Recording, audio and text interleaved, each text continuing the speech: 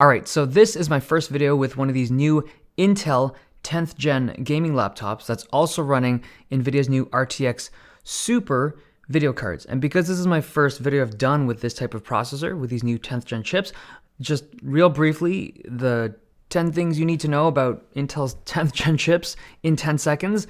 They are good, but AMD stuff right now in terms of their 4000 series APUs they're just better in terms of value.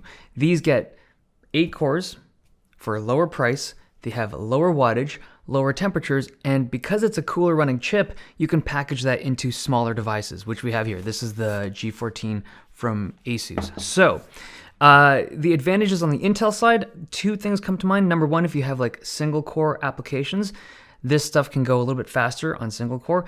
And also, if your workflow can take advantage of Intel specific stuff like QuickSync in Adobe Premiere, then these chips can be advantageous. But I think for many people, maybe most people, AMD stuff is just going to be a better value. But like I've said in previous videos, it's as if these chips don't even matter. The truth is, right now in 2020, it is very difficult to buy any kind of high quality gaming laptop with these chips in them. So right now, everyone's still using Intel. Next year, I think we're going to see some changes, but if you want to buy a gaming laptop in 2020, it's probably going to have an Intel chip in it. Okay, so this one is the Aorus 15G from Gigabyte, and it's had a pretty major redesign from the previous year's model. It's in this space gray color.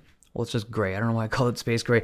But the main feature, the most kind of unique feature about this device is its keyboard. This has a new mechanical keyboard that's running these brand new Aorus switches. Now, on this channel, I've reviewed at least a half dozen gaming laptops that have had mechanical keyboards in them, and they're never like super appealing to me. They feel different, like there's a particular tactility to gaming laptops with mechanical keyboards, but I've never really had a strong preference for them. So when they told me that this was coming in with this new keyboard, I wasn't super excited about it, right? Because I just had, lukewarm experiences with these types of devices.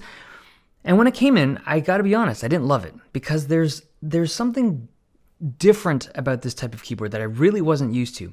But having spent over 2 weeks with this thing, I think I really like it. But there's a really, really steep learning curve. And when I say like steep, you gotta use this thing for a very long time to actually get used to it. But once you do, I think the vast majority of people will really like this keyboard. Now, the reason why it's so hard to get used to, I was trying to figure it out. Before I shot this, I was like, what made this keyboard so weird and so like abnormal? Okay, it's 3 things. The first is the kind of elevation of the keys. So when you have a mechanical keyboard on a gaming laptop, you can't make the keys pop up above the kind of rim of the device, right? Otherwise, when you close the screen, it would just crush the keys or depress them into the screen. That's not how this could be done. So they have to sink them in, but they're trying to give you a lot of key travel at the same time. So these go down 2.5 millimeters, which is a lot for a gaming laptop.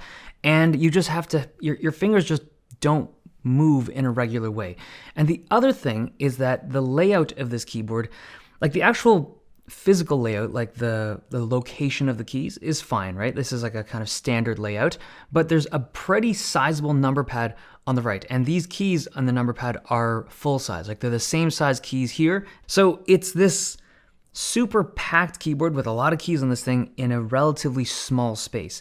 And everything just gets squished down. And it just took me a long time to get used to the spacing before I was able to type on this comfortably. And the last thing that you have to get used to is the actual switches themselves. These Aorus switches are different from anything else I've typed on. Like they immediately feel nice. Like when you first click on this like individually, it's like, yeah, this feels sturdy, this feels clicky. It's a nice solid keyboard, but it's just a different sensation than any other laptop I've used before. So all 3 of those things made this a really steep learning curve, but once you get used to it, it's a kick-ass keyboard. And I just spent like 10 minutes talking about a freaking keyboard on a laptop, but because it is really the thing that makes this thing unique, I thought I would just go into it a little bit more in depth. Okay, now if you want to, you can change the lighting and the software. You get very bright and colorful lights, and there's also fan control as well as CPU wattage control in that software.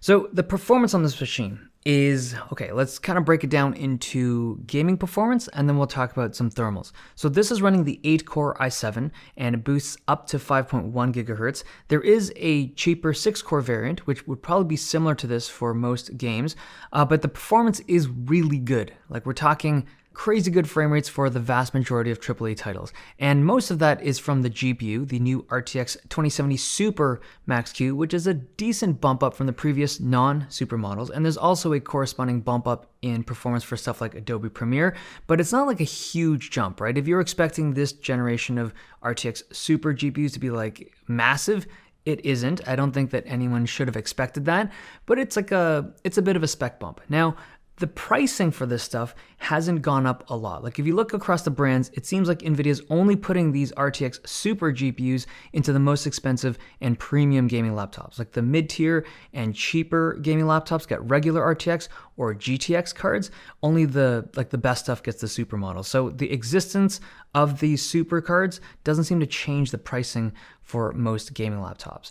All right, the thermals on this device are also quite good. It is an Aorus device. They usually have good thermals to go along with their brand, but their fans have to get quite loud to achieve those numbers. You do get very granular control of those fans in that software, but it's just something you need to keep in mind. Like, if you want a well-cooled system in a package like this, you're gonna have to pay up in fan noise.